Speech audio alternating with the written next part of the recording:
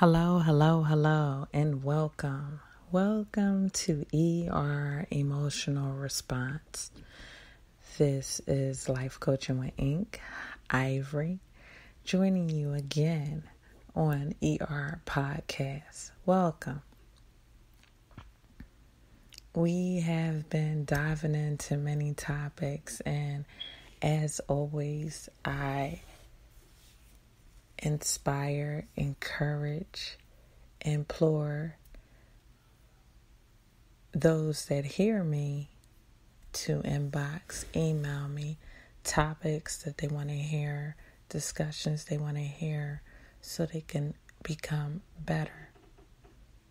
One-on-one life coaching is an awesome experience, and I will never discourage people from having it, because over a course of period of time, you'll find that life coaching is just a matter of a professional walking along with you in this journey called life and making it a little easier to not only understand, but to live. And God designed us life coaches, to tend to people emotional wellness, their social interactions, and their personal affairs, and their careers. It's something that comes natural. You don't have to coach a life coach to do their job. There are many things you can be in life, but you want to make sure you're passionate about it. Because one thing about a profession that you're passionate about, it'll bleed through you, no matter where you're at, what you're doing, and who you're with.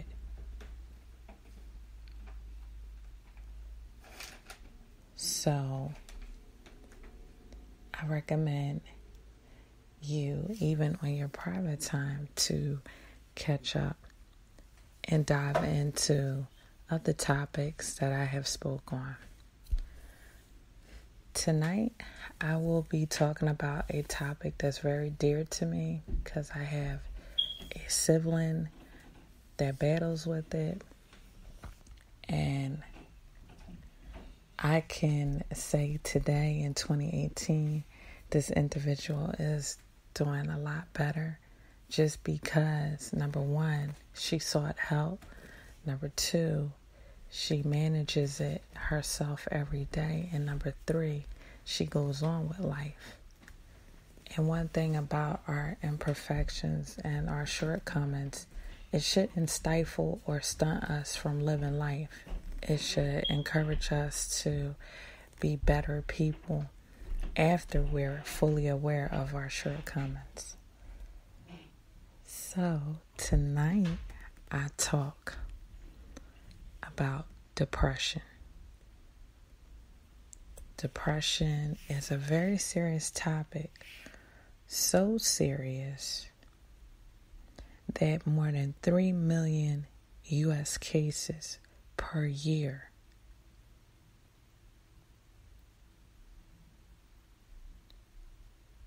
are documented. More than 3 million. It's one of the biggest mood disorders, mental disorders that people are facing in today's world. And there are many reasons why people lapse into a depression.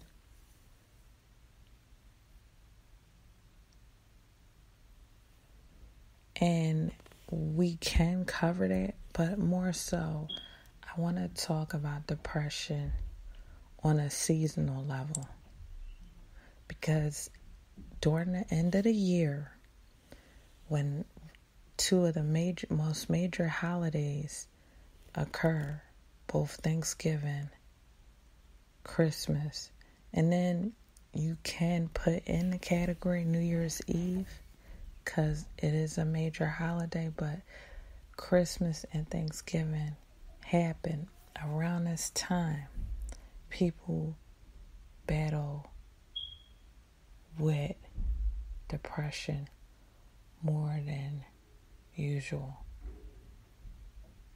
So seasonal depression. Depression has been talked about in so many different angles. However, we need to highlight seasonal depression. Seasonal depression can happen in many forms and as a result of many things.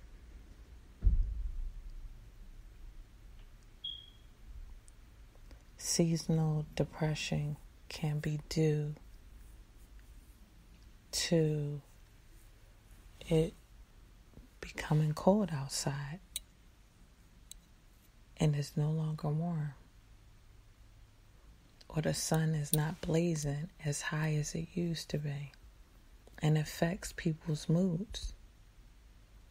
Seasonal depression could be a matter of not being around your family members, those you have lost through death, those you have lost through different situations or experiences, those you have lost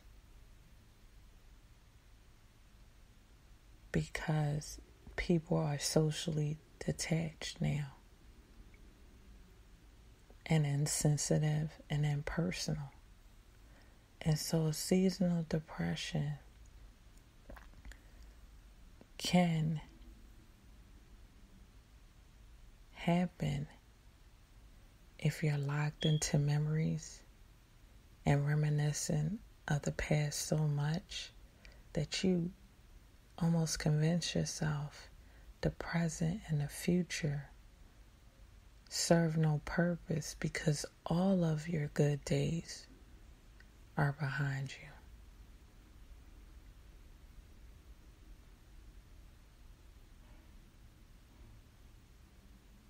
Seasonal depression chokes the very life out of these upcoming months, both November and December and January. Mainly because we lose sight of what we need to be grateful for. And it's to be debated why certain holidays exist, the real history behind certain holidays. However, I'm not focusing on the reason why certain holidays exist. It's a beautiful thing that people are brought together during the holidays to laugh, enjoy, and catch up. So for what it's worth, if you're doing that, that's beautiful. Seasonal depression is happening so subtly under our eyes that we're not even observant of people's demeanor and disposition changing as we go into these winter months.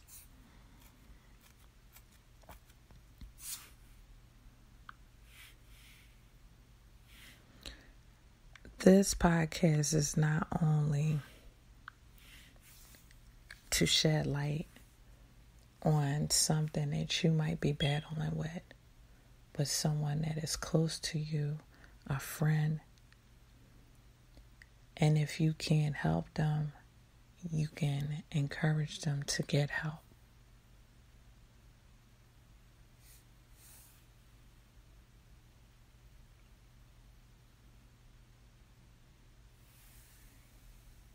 Medication is an answer, but it's not the only answer. You have therapy, life coaching that helps people.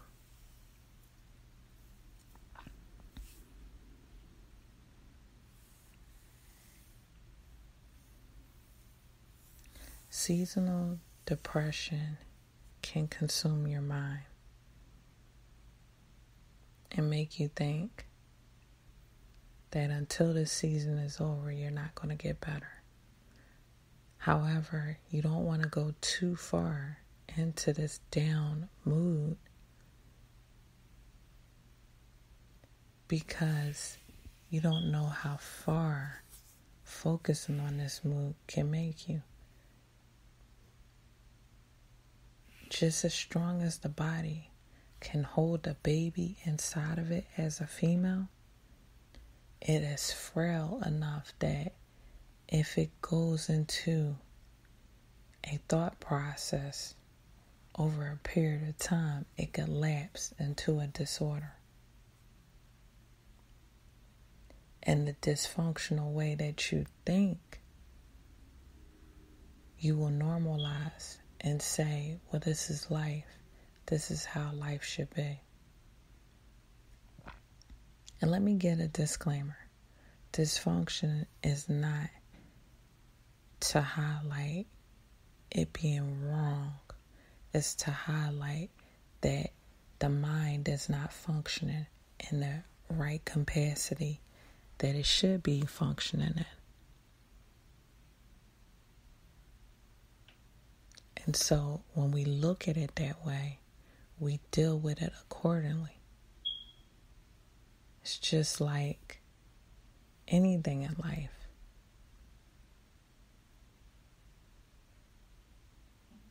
If a fan is flipping backwards, you want to take that fan apart, break it down to the core, and see what's making it flick backwards. And once you fix it, you put it back together and you turn it back on.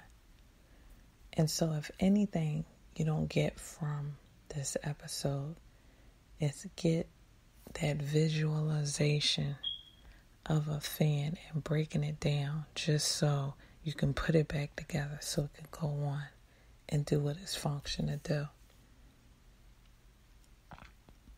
And when you come across seasonal depression, you want to break down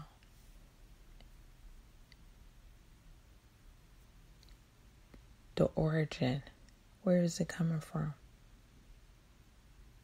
What have you mentally reminded yourself to the point that you have felt down? And it's a difference. Everybody has uprisings and downrisings. Downsettings, downrisings. You can't downrise. Let me correct that. Everyone has uprisings and downsettings.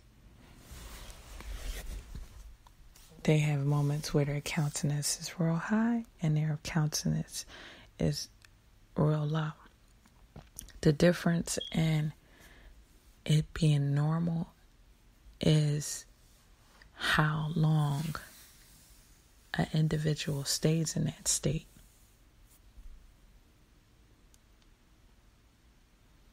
And I believe medicine is an answer, but it's not the only answer. And you can be coached out of depression. It is possible. One-on-one therapy or even group therapy, you can build your mindset and your will to live up to the point that it'll be a past thought and you'll be saying you did battle with seasonal depression, but you don't now. And you learn how to process